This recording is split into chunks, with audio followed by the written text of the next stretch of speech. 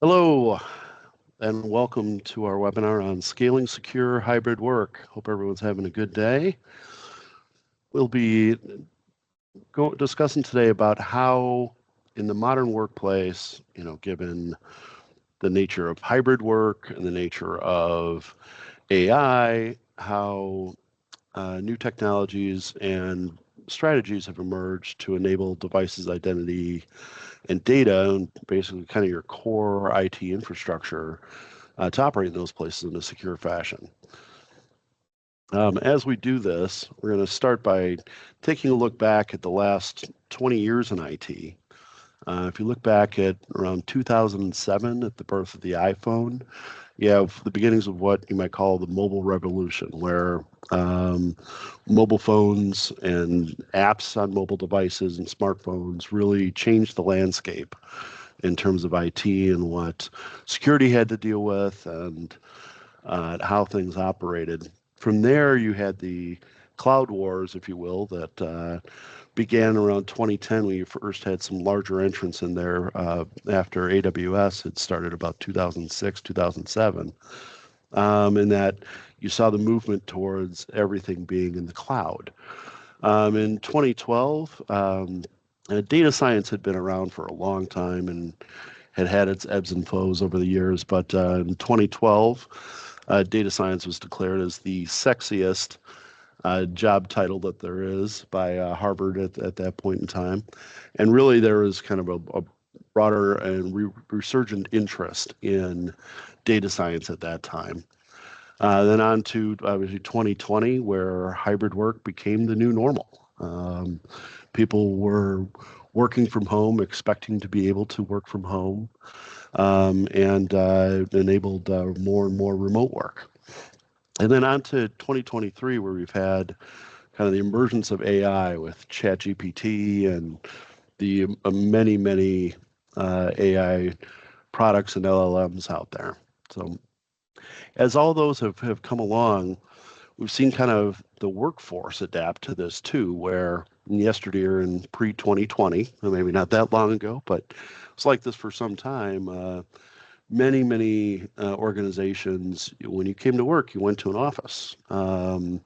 People weren't as remote. They weren't enabled to work other places compared to today, where you have a hybrid work environment where maybe you're in the office a couple days a week, or remote full time, or there's this sort of different models of that today. Previously, because you're in the office, you had physical network and device perimeters for security to operate within. You could lock down a lot of things just by making it only available in the office. Obviously, with everyone working outside of the office, that changed, and you had to enable access across different networks. Weren't always controlled networks and across different devices.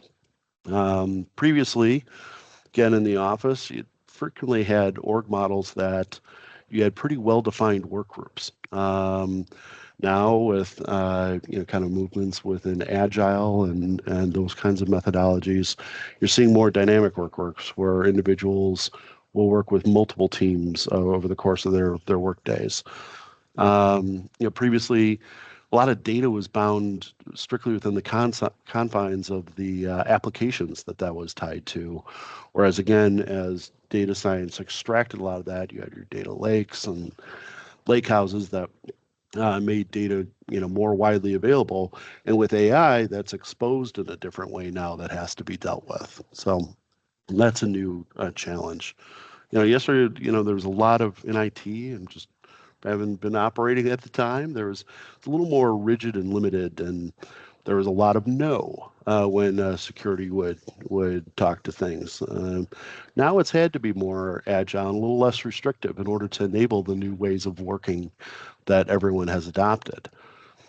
Today we're going to talk about, really how do you enable cloud and AI in that new workplace in a secure fashion via zero trust, and how that really has emerged from all this as the predominant security strategy that creates the ability to operate in these new ways. We'll talk about identity management via Entra, talk about device management via Intune, talk about how the 5 different architectures that Microsoft prescribes there in kind of models or phases of your journey to the cloud.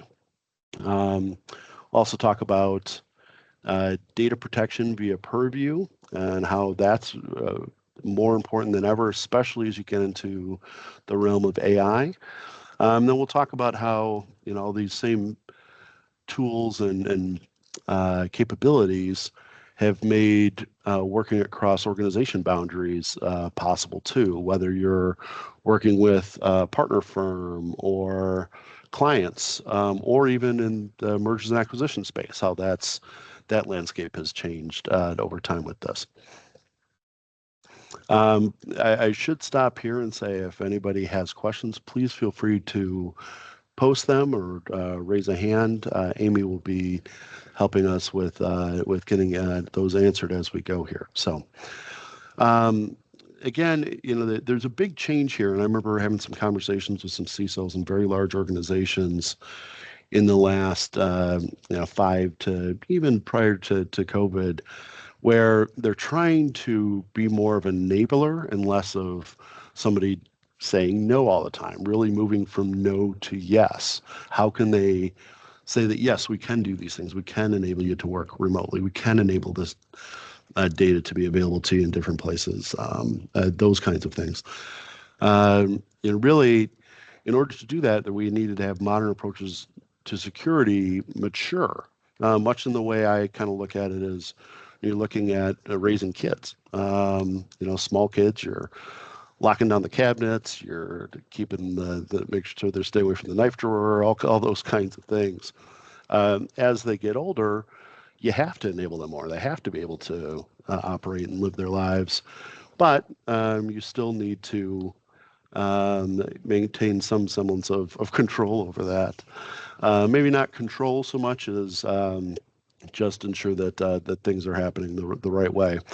So that all involves kind of a less focus on network and device restrictions and more on identity and access controls. Hence, why we're going to talk about Entra in a little bit.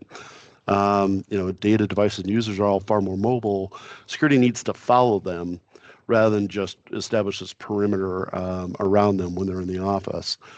And with AI agents, the best thing to do with those is to treat those as users and ensure that you're securing them just as if that's another person in some manner, as it has the power to operate with data much like people do as you start to enable agents in the enterprise. So from all this, you have zero trust that came into being. And like we said with the child analogy, my wife and I say this all the time, trust but verify. And that's you can't, and zero trust, you actually don't trust. You assume breach. You assume that things are happening, and then you verify what you believe to be the case, and make sure that you verify the people that are operating within your environment.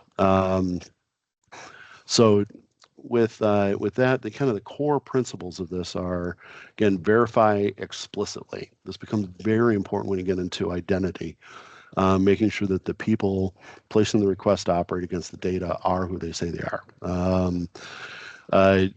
Provide least privileged access. So you can do things where it's more, you allow for access in a more dynamic fashion rather than having standing accounts for things. Ensure that they're particularly in the admin accounts, that those are shut down and only available when somebody needs to perform a task and then is shut down again. Prevents a lot of security incidents by doing that. And then the assume breach principle, where you're assuming that people are operating with your data, and that how do you then protect the data wherever it is? Let's say somebody has exfiltrated it. How do you ensure that that's not dangerous to you and your organization? So we'll start with identity management today. User identity is, again, the kind of cornerstone of zero trust, and verifying who is accessing your data, apps, and devices. You avoid static standing access, again, with the principle of least privilege access where possible. Obviously, most of your user accounts will be, it will exist and have their permissions. However, you can control what they can access when they're in different situations, which we'll talk about, and log everything. And frequently, trust identity is kind of the key to that, as to what actor was operating against the data, with any applications or whatever action that is being logged there. And how can you trust that? Okay, I know that's, or have high confidence that is was the individual that was operating here. Again, AI agents are data consuming and producing entities just like humans. So again, managing them through your identity platform is equally as important. Microsoft Entra is the Microsoft platform that controls this, kind of evolving from Azure AD as their cloud-based identity management architecture. The nice thing with that, the Entra platform compared to on-premise AD, is it's far more powerful, is ever evolving, with its dynamic security control. So in the cloud, you have that kind of evergreen capability there that's just next to impossible to do in an on-premise environment. And you can bring in assorted cloud technologies into bear on your activities in that space too. You can enable people to get more done wherever they are. Being cloud-based, they don't have to connect back to your office. They can connect to the cloud, frequently over internet connections, that allows them to operate wherever they are. You also have vastly increased logging analytics capabilities in the cloud, giving the additional cloud infrastructure that can be brought to bear on your identity management platform. And it's far easier to manage and administer. So again, kind of the key things with Entra, it's being cloud-based. It's ready for AI. They have a model there where you can create an entity ID for your AI agents. And now you can track what they're doing, how they're operating within your environment. Multi-vendor authentication, kind of classic for being able to handle a requirement of identity management for single sign-on, and being able to broker connections across all the different applications in the environment. Conditional access, which is a E3 feature for those keeping track of licensing here, allows for access control in different situations. You can say if somebody's coming in from a mobile, they have access to this. If they're on a computer in the corporate network, we can trust them to do these extra things. That also can be made to operate on a dynamic basis using risk scoring, which is part of the E5 platform, which you don't have to set those if-then rules in the same way. It will assign risk scoring to different situations and manage that for you. You also have privileged identity management as part of that, where, again, that least privilege access concept comes into play, where you can say, hey, these administrators, they're using their same personal logins. We don't have standing admin accounts here, but using their personal login, we know who's logging in, and we give them admin access temporarily to perform tasks, and then retract that. And then Defender for Identity, which kind of protects against and helps monitor the logs and that to identify where you maybe have some breaches. Again, assuming that you might be attacked. This way, it helps you identify maybe where you need to shore some things up. Alongside identity management, device and application management is just as important. And it's really kind of more the enforcement arm of any kind of zero trust approach across your fleet of devices and applications. And the new thing here compared to prior to 5 years ago is that those may not be all owned by the organization. Those may be user devices. Mobile devices certainly is the case in many organizations these days. Frequently they're not corporate issued. You also have bring your own device models at work, where people are bringing their own PC to work to provide the compute there. And how do you manage those things when they're not yours? So how do you then in a slightly different way, and still enabling secure access, being able to manage devices, but also managing the applications, and that was a big shift. We'll talk about here in just a second, and restrict the use of certain cloud-based apps. Perhaps there's a lot of apps out there now with the app store models and that, and not all those can be trusted, and maybe not all those are apps that you want your users using in a work setting, because it can lead to data exfiltration. So Defender for Cloud Apps is a big piece of that, where it can discover the app usage, it can block access to apps, those within the organization, and can allow limited access for select individuals. So you might block an app for everybody, but for most people, but allow it for certain others. And that can be managed through here. And you can also monitor Copilot for any suspicious usage using this capability. Again, this is part of the E5 suite that's out there. Microsoft Intune provides cloud-based device and or application management. And here is, where you had the kind of a lightweight method of managing those user-owned devices. Mobile devices was a big one to start, by managing the applications instead of the devices themselves. Provides, at the same time, it can provide robust organization managed devices across all kinds of devices, not just mobile, but PCs, Macs, et cetera. And providing a method to manage and deploy apps across your fleet of devices that are out there, while still protecting app data, where you can, particularly on mobile devices, you can control certain apps to say, hey, I can operate with data within this app, but I can't copy and paste things outside of it. And again, helping with data exfiltration and some of those issues.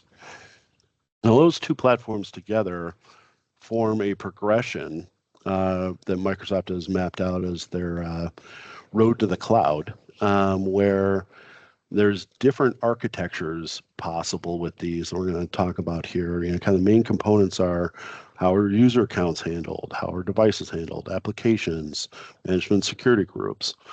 Really provide the foundation for enabling zero trust, with that as your kind of core principle along these, along with kind of a core of a broader enterprise AI and automation foundation, where having this architecture in place then enables you to do more with AI and automation in a trusted fashion.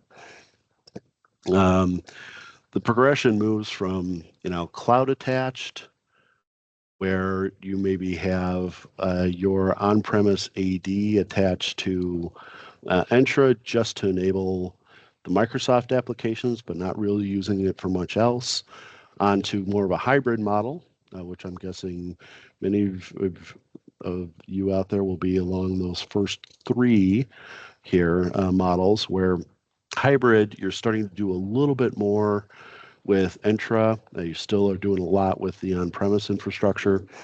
That shifts further with cloud first, where I'm starting to manage more devices up there. I've moved most of my people to the cloud, and Entra's managing most of those things.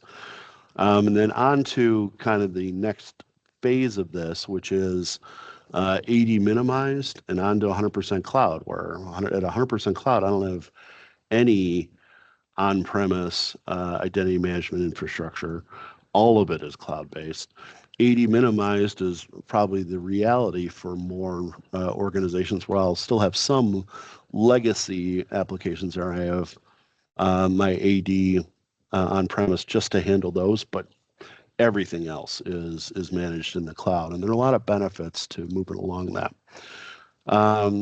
Again, in the cloud attached, as we discussed, you have, you're really using Entra ID, for its kind of minimum function, which is just being able to access Microsoft 365, Azure, the Microsoft Cloud tools. Those are frequently synchronized through Entra Connect, which copies your Active Directory records up to and synchronizes those up to the cloud, and allows for federation from there. A hybrid, you start to move more towards leveraging the fact that Entra can be used to provide those single sign-on capabilities to other applications, particularly software as a service ones that can be easily set up inside of there, or relatively easy, I should say. I don't make it too simple. But you can then start leveraging some additional capabilities across anything that's managed by that, using self-service password reset and password protection that's built into the cloud-based Entra platform. And then, kind of most of your devices and that are still operating on against your on-premise AD. And the cloud first, Intune starts to come into play as you're managing, mobile devices through there, but also some Windows clients there. I'm using provisioning users and groups on-premise, but I'm starting to do more and more things in the cloud as my users are up there. A lot of my devices are up there, and I'll kind of broker that management across the two in more of a hybrid fashion. We've moved more and more apps to leveraging the Entra as the primary authentication mechanism. Once we get to this, it allows us to, one, manage groups inside of the cloud-based Entra ID, which has some benefits. It also allows us to start using the business-to-business collaboration capabilities, which are important. We're trying to work outside and across organizations, as we'll talk about in a little bit. So cloud first is kind of the first level for doing that. AD minimize is really where you take that next step forward, where, as described, Active Directory is less and less important in your broader infrastructure as you've moved as many things off of there as you can at that point. You maybe still have AD there for a couple of kind of core things, but a lot of those can be moved off there too. You may just have a couple of legacy apps that until those apps are replaced or remodeled for the cloud, it's only serving those purposes. All of your management, most of your authentication, all occurring in the cloud, and then you're taking advantages of all the additional cloud capabilities there. And then at 100% cloud, you've gotten rid of your on-premise infrastructure altogether. There, I'm managing everything in the cloud. Active Directory on-premise is a thing of the past. And I'm managing everything through Entra or other systems in the cloud. So those are the core kind of underlying architectures for identity, device, and application management that assists with data protection and ensuring that identity and devices are trusted and even not copying data outside of select applications. But where you really need is to be able to have data protection that operates within the files and data itself to prevent data from being exfiltrated either on purpose and or accidentally. Accidental is probably the bigger threat in most organizations, to be honest. You do this by tagging and encrypting data sources natively, whether it's documents or databases, and ensuring that if data is exfiltrated, in the case of documents, somebody copies a bunch of documents down, if the sensitive ones are encrypted, those can be made to be, worthless bits out there as they no longer will function for anybody that doesn't have the right access to those. The proper tagging and the being smart about enforcement here, because what you don't want to do is go too heavy-handed with this, because then you're going to stop the organization from being able to function. So there's a balance to this that needs to be maintained that you can be helped along with, but really prevents accidental data exposures, not only by humans, but again by AI tooling too. This is vitally important for any AI agent work to ensure that you're not surfacing sensitive information in responses to AI prompts that individual shouldn't be seeing. and or any other individuals down the line shouldn't be seeing. The tagging actually will follow through the Microsoft AI tooling Copilot and what have you into the what's generated from the responses as well.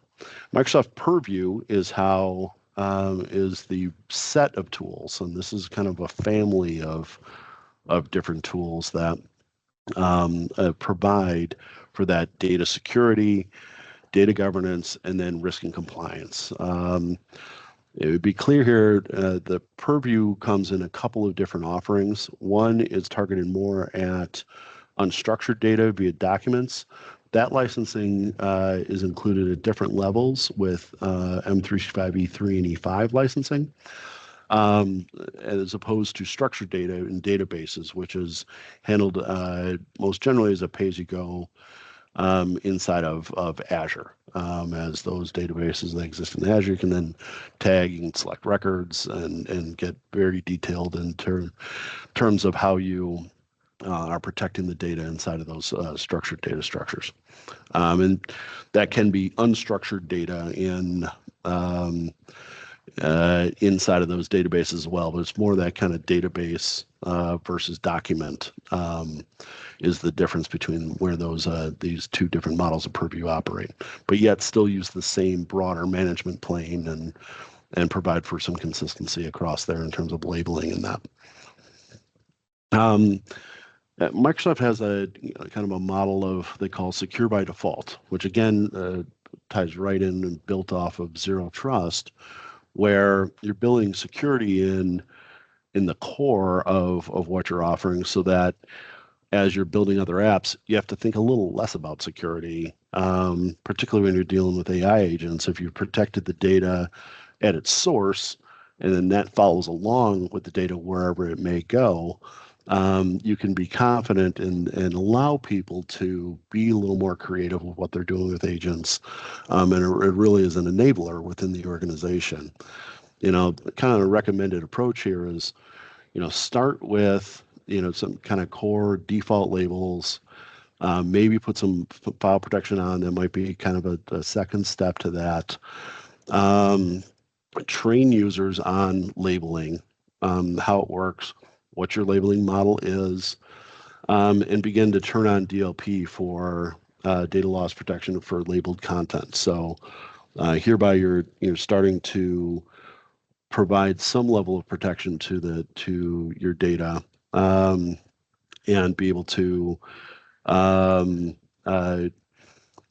educate your user base in terms of how data labels should be used, allow them to start the process of labeling those and begin to protect particularly your most sensitive stuff. From there, you get into kind of the managed area, where we are specifically creating a labeling and enforcement there for priority content, the most sensitive stuff, which again doesn't limit people's ability to work as much, as not everyone should be accessing that data anyways. You might start looking at auto labeling, which is kind of the next level of capabilities in Purview, where it's examining the data itself, the system is, and is then applying labels based on what it sees inside of there. And tuning that over time. You may or may not turn on enforcement for the next layers of sensitivity quite yet. But once you have that auto labeling on clients, you can and feel comfortable that you have that labeled properly, then you can start ramping up enforcement and expand it across your broader Microsoft 365 data estate, all the documents that are contained and stored within Microsoft 365.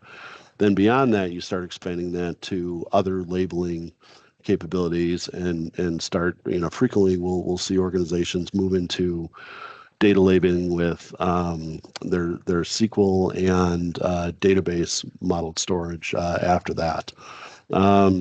So that's kind of the progression that we have seen over time here of people taking that, again, trying to not limit the business from being able to get things done, but still beginning to provide that data protection for everybody that needs it out there.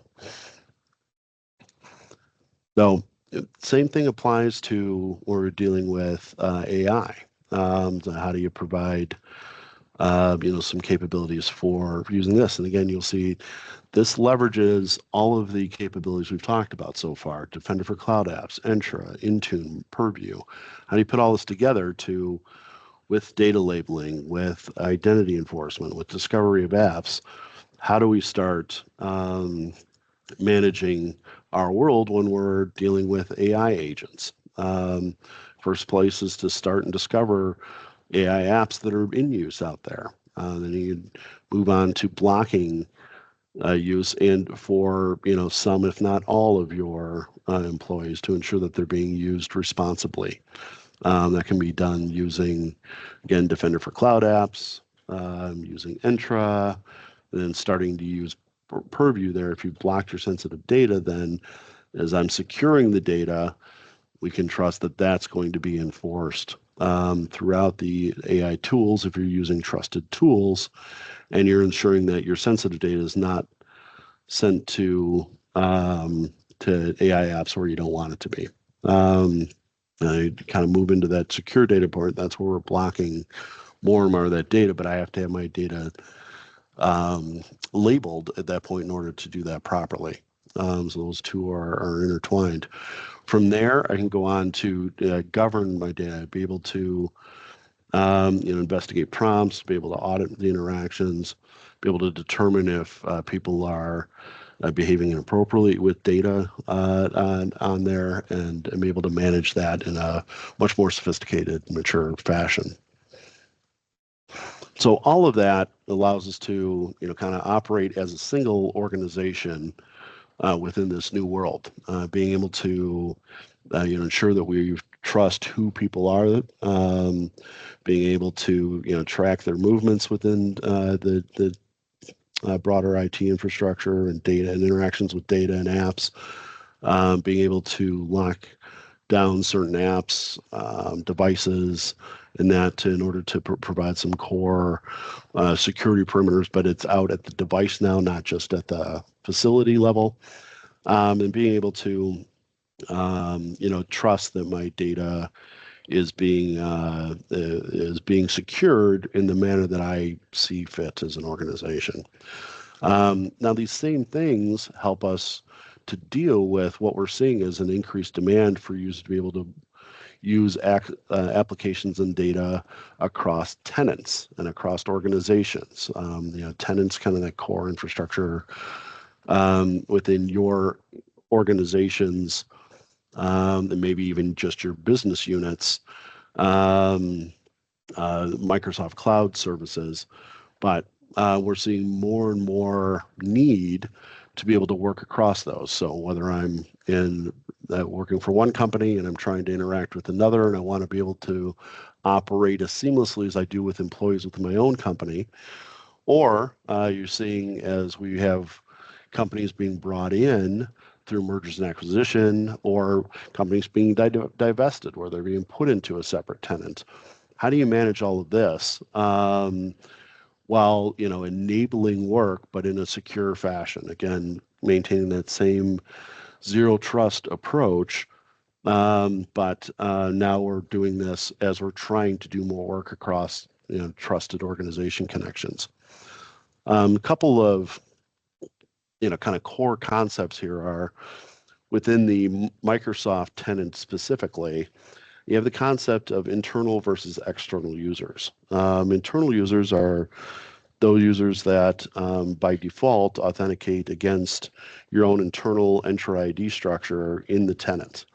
External are those that come from the outside. So if I'm here at Concurrency, I'm an internal member here. If somebody from one of our clients wants to interact with us, you would be outside of the tenant and external as far as our tenant is concerned. There's also a separate concept of guest versus member. Guests are, typically if I'm bringing in an external party by default, they would be a guest. We would have limited permissions to what they can access. It's not going to be the same as an employee. whereas a member would be more of a internal user by default, and would have the standard permissions that are allowed for that member. Obviously, it's not going to be the same for everything, but they're kind of core things that you can access within their different applications within the Microsoft 365 suite, and the data underlying those. Typical examples here, kind of your standard licensed user, again, would be an internal member. Unlicensed external guest would be a external guest. You could, however, also set up an external participant as a member. Obviously, something to be very careful about and selective with who you do this with, but very useful in organizations where maybe over time, because of mergers and acquisition and or now divestiture, you need to have that trusted connection still in order to operate and conduct business, but they are technically in another tenant. And so how do we broker collaboration across those different environments? A couple different methods of doing that. One is external sharing. The cloud services have long had the ability to share documents and SharePoint sites and different things with external parties. And I do that kind of on a one-off basis where they are a guest inside of the environment for the purpose of that file, that site, that team in some cases, things like that. Another commonly used method is by federating in teams. That allows you for interacting across teams, sharing chat, being able to share presence, and it's been done for years. But that's all that provides you. You don't necessarily get to see the global address list. You can't access files off of that, things like that. The next level of all that is really business-business collaboration or B2B collaboration. Something brokered by Entra ID provides for a certain amount of general access to an external user.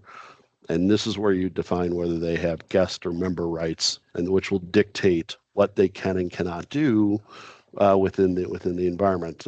Highly useful for, again, when I've got multiple business units under the same corporate umbrella now that maybe need to operate more like a single organization, but we're not ready to combine the tenants yet, and or being able to work with trusted partners in a more seamless and less seamless way with less friction. Cross-tenant synchronization helps to manage that B2B collaboration by providing an automated method to manage the establishment of those B2B collaboration, those guest or member entities across different cloud tenants. Again, all that done without having additional licensing. The other way, some have done this in the past, is to just license non-employees. I might do that with a contractor who's not an employee specifically of the environment, but I then have to provide a license for them. And they will have a separate login into when they're operating within this environment versus maybe what they're doing in the rest of their day-to-day if they're part of another organization. So not exactly the most seamless way to do it. And there is some additional expense, again, with the licensing for that. But if you need them to be a full internal member, that is a way to do that. Again, when you're within the same organization or corporation, single tenant has always been prescribed as the best experience there. Most seamless. You don't have the caveats, but if you do have multiple tenants that exist due to kind of the history, or we have a need for this for some reasons, there's a variety of those. By leveraging B2B collaboration can allow you to provide for some higher level of functionality between those two organizations. And by leveraging cross-tenant synchronization, it makes management of that a little easier than it would be otherwise. So Generally, we kind of advise you want to have a decision there as to does it make sense to consolidate tenants, particularly if it's all under the same corporation. There's been a fair amount of activity in that over time as everyone has had their own tenants. You have mergers. Now, okay, how do we bring these together? For situations where they're in separate tenants, need to collaborate, but are not part of a shared organization. So use the similar technologies when you're operating with partners and or possibly strategic customers, a variety of different situations there, possibly kind of a trusted vendor of some fashion. This is where you can again leverage B2B collaboration. It's probably one of the best uses of that. Allows for a little more seamless interaction across different organizations and across all the tooling involved. There are also solutions like Azure Virtual Desktop, where in some of these scenarios, those can be useful if you are going to license that user and you want to just provide them easy access to this. We've seen a lot of organizations use Azure Virtual Desktop for contractors, easy to spin up, inexpensive to operate for short periods of time, then it can be taken back down again. Now here's kind of a broad architectural view of that, where again, those Azure virtual desktops are spun up inside of Azure. The end user can access those from wherever they are as a virtual desktop. And that's all brokered in a connection into your internal environment, still with all the controls on what they can and can't access, but they can be more a part of the organization by leveraging that. So, in summary, Zero Trust has really enabled this modern hybrid work and AI environment that we all are operating in today. That cloud first, AD minimized, 100% cloud, Entra and Intune model is really the best for hybrid work and AI. As I have the business capabilities. I'm more cloud oriented, which allows the AI tools to operate inside of the environment more readily and with a higher degree of management. And then for compute, beyond kind of the hardware options, there are obviously the virtual compute offerings like Windows 365 or Azure Virtual Desktop. Windows 365 is very similar to Azure Virtual Desktop, except that it's a fully crafted offering, which just makes the spin up of that even that much easier, and handles the licensing contained therein. Purview data protection is essential across anything that you're doing with mobile work, and especially with AI. Being able to control the data that's being surfaced through these tools, that's being able to be utilized across these tools while having the confidence that it's being used appropriately. Purview's the way to do that, because you're not going to be able to control every interaction. You need to be able to control the source so that you can trust that your organization is operating with that data as you would see fit. And kind of taking the evolution of the modern workplace a little further, if you kind of look forward, based on kind of the Frontier Firm article that Microsoft put out and some others have stated, we're really looking at moving from hybrid work to truly working anywhere. You could see where, and some organizations have done this, where you don't have offices anymore. Everybody's just working remotely off of this kind of core cloud infrastructure. At that point, and even today, I would argue, I think a cloud-first networking approach can be more beneficial the more and more you're doing with the cloud. Cloud-first networking is, frequently more of an internet-first networking model, which many organizations have gone to, makes operating with cloud infrastructure much easier, and also going to kind of more device independence, where we're managing applications and data devices. You have some management to assist with, but you're going to see further movement along those lines, and we are. Dynamic work groups are going to expand, so you're going to have dynamic work with both AI agents and people, where AI agents are like another team member, as those continue to evolve across organizations. So again, Purview is so important for managing that, as well as managing the AI, just like you would another employee. Data is already generally widely available.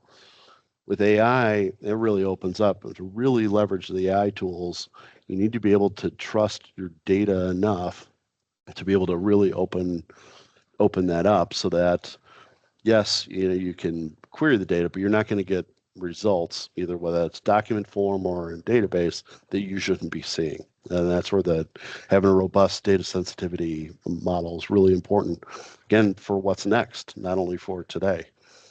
And today, where it's a little more agile and a little less restrictive than it was in years past, that's just going to continue to open up. You're going to see more and more kind of broad, open, creative modes of organizing people and tooling. You're also going to see more and more automation, where people are managing automation alongside interactions with other people. And so it's important that you have a trusted framework underlying all of that, which we believe this provides. As we talked about licensing, kind of mentioned throughout here where E3 or E5 licensing applies. The point here is that anybody with E3 or E5 licensing owns most of what we've spoken about today. And really recommend establishing a roadmap for yourself for how you take the next steps to modernize your infrastructure and use the licensing you likely already own. There's a lot contained in those Microsoft 365 E3 and E5 licenses that people and different organizations are not using today, but could, to improve their posturing.